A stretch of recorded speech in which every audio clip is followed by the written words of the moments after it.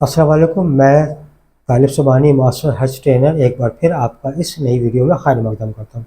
देखिए, आज हम इस वीडियो में बात करेंगे कि हज का कुर्रा यानी कि लक्की ड्रॉ किस दिन निकाला जाएगा और उसका टाइम क्या होगा। फिर इसी वीडियो में हम बात करेंगे कि आपको कैसे पता चलेगा कि आपका सिलेक्शन हो गया, उसका तरीका क्या है, पूरी डिटेल इसमें बताई जाएगी। फिर इसी वीडियो में हम बात करेंगे कि वो कौन कौन सी ऐसी स्टेट है जिसमें इस बार कुर्रा होगा एज पर डेटा अवेलेबल, और वो कौन कौन सी स्टेट ऐसी है जिसमें कुर्रा नहीं होगा जो डेटा अवेलेबल है उसके मुताबिक।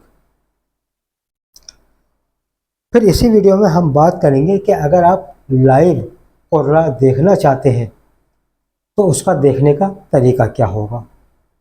ये सब चीज़ें जानने से पहले मैं आपसे दरख्वास्त कर रहा हूँ कि अगर आपको लगता है कि मैं आपको बिल्कुल जेन्युइन इंफॉर्मेशन दे रहा हूँ, अप टू डेट रख रहा हूँ आपको, तो मेरी एक दरख्वास्त है आपसे कि मेरे चैनल को सब्सक्राइब कीजिए, लाइक कीजिए, शेयर कीजिए, बेल बटन दबाइए और कमेंट्स ज़रूर लिखिएगा ताकि मैं आपके सवालों को जवाब दे सकूँ। चलिए वीडियो शुरू करते हैं। सबसे पहले मैं आपको ये बता दूँ कि कुर्रे की डेट जो है वो 30 जुलाई 2026 है और सुबह 11 बजे से ये प्रोसेस शुरू हो जाएगा। अगर आपको लाइव देखना है कुर्रा तो आप हज कमेटी के साइट पर जाके लाइव देख सकते हैं। बिल्कुल लाइव स्ट्रीम होगा सुबह 11 बजे से। पूरा प्रोसेस आप समझ जाएंगे और आप लाइव टेलीकास्ट देख सकते हैं कि कुर्रे में आपका नाम आया या नहीं आया। दूसरी बात यह कि अब आप कुर्रा हो गया 30 तारीख में, ये 6-7 घंटे का प्रोसेस होता है।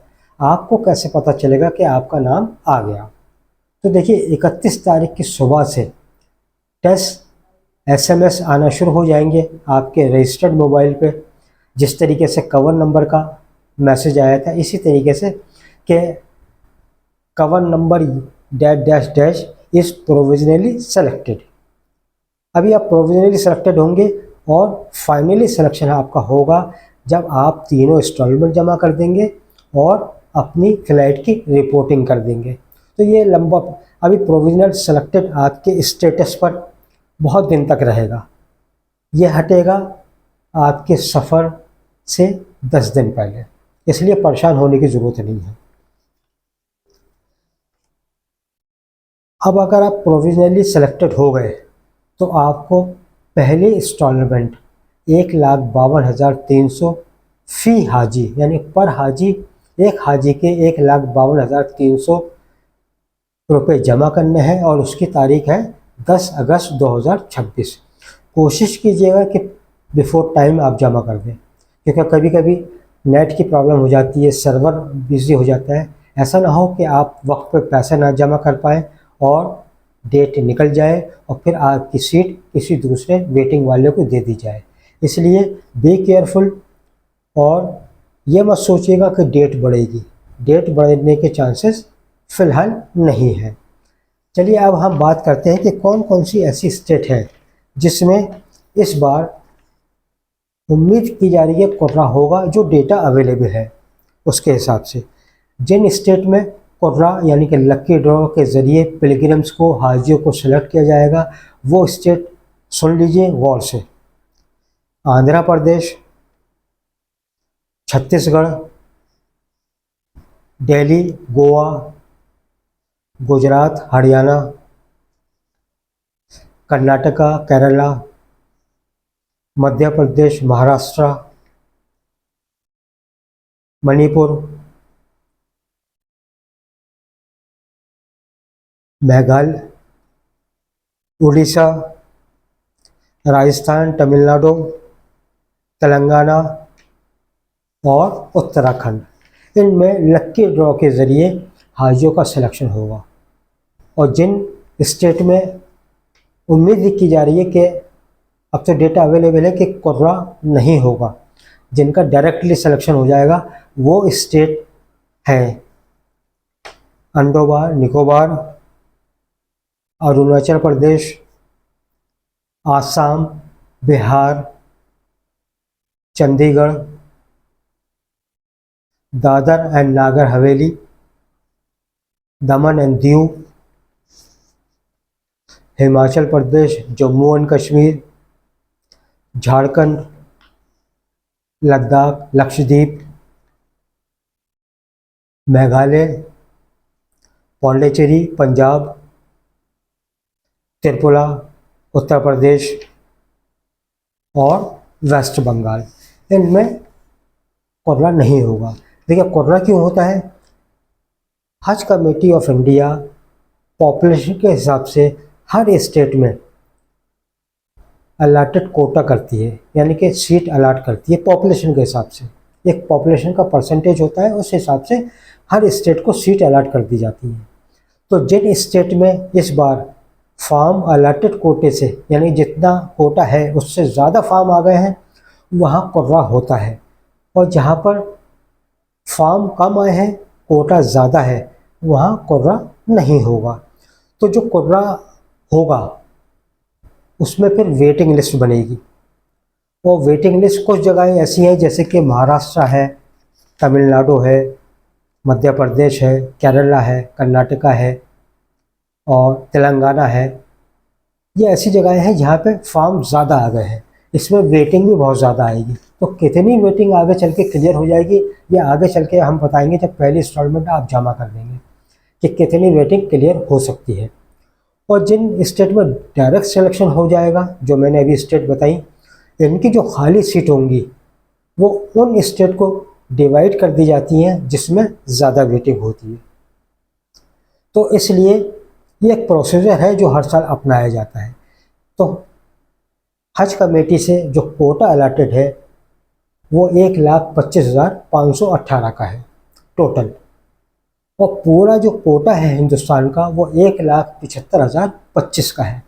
तो 30% इसमें HGO, हज ग्रुप ऑर्गेनाइज़र, जिसको PTO भी कहते हैं, 30% कोटा उनको चला जाता है, करीब 54,000 के करीब उधर चला जाता है। और बाकी 1,25,518 हज कमेटी के हिस्से में आता है। तो हज कमेटी के 1,25,518 हाजी ही ले जा सकते हैं, इससे ज़्यादा अलाउ नहीं है। तो आखिर में कितनी वेटिंग क्लियर होगी ये हम आगे चल के आपको बताएंगे। तो ये बात आपकी समझ में आ गई होगी कि किन स्टेट में कोर्रा होगा और किन स्टेट में कोर्रा नहीं होगा। तो अब मैं आपको ये भी बता दूं कि जिनका सिलेक्शन हो जाता है तो एक तो SMS आ जाएगा उनके पास। अगर SMS नहीं भी आता है तो हज कमेटी ऑफ इंडिया अपनी वेबसाइट पर स्टेट वाइज सेलेक्टेड हाजियों की और जहां वेटिंग होती है वेटिंग हाजियों की लिस्ट डाल देती है। आप जाइए, सेलेक्टेड हाजियों की लिस्ट देख लीजिए स्टेट वाइज, अपना कवर नंबर चेक कर लीजिएगा, उसमें प्रोविजनली सेलेक्टेड लिखा आएगा और साथ में वेटिंग भी आएगी। तो आप अपना वेटिंग का सीरियल नंबर भी नोट कर सकते हैं कि आपकी वेटिंग कितनी लंबी है, क्योंकि सब तो वेटिंग क्लियर होना मुश्किल होता है, लेकिन ज़्यादातर वेटिंग क्लियर हो जाएगी। इस वेटिंग के सिलसिले को आगे हम डिस्कस करेंगे।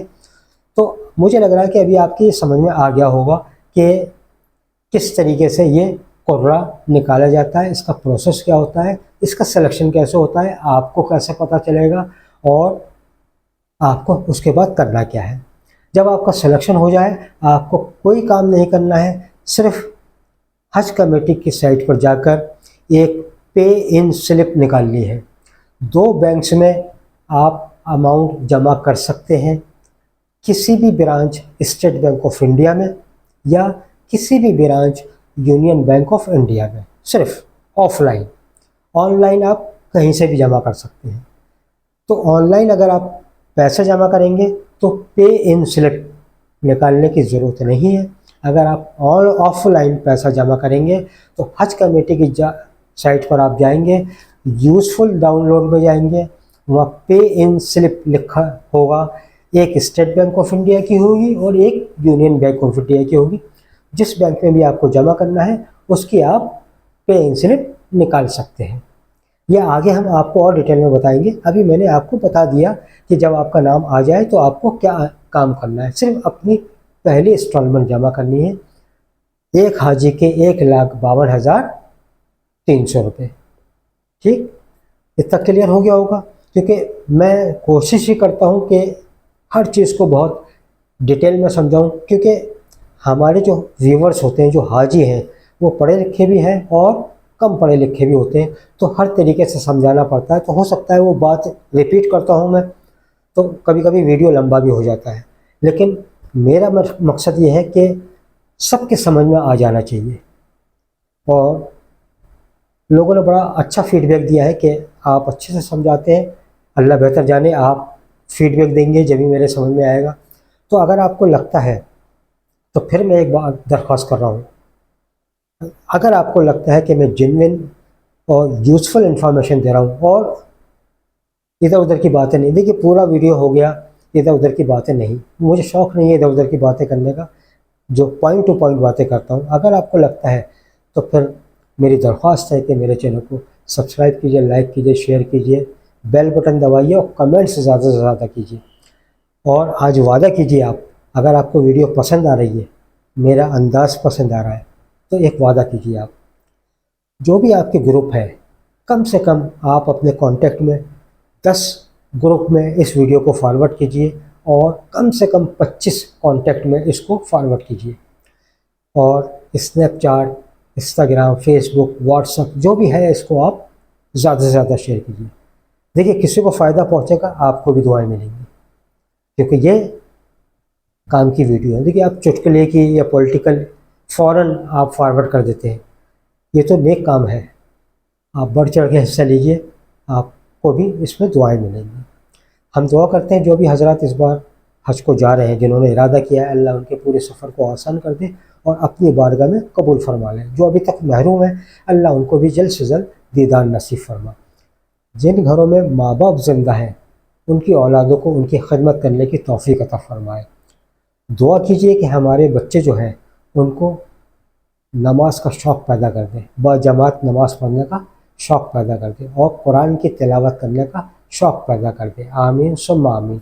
आप भी कमेंट बॉक्स में आमीन ज़रूर लिख दीजिएगा। तो जो भी आपके सवाल है कमेंट बॉक्स में लिखिए, मैं इंशाल्लाह जवाब देता रहूँगा।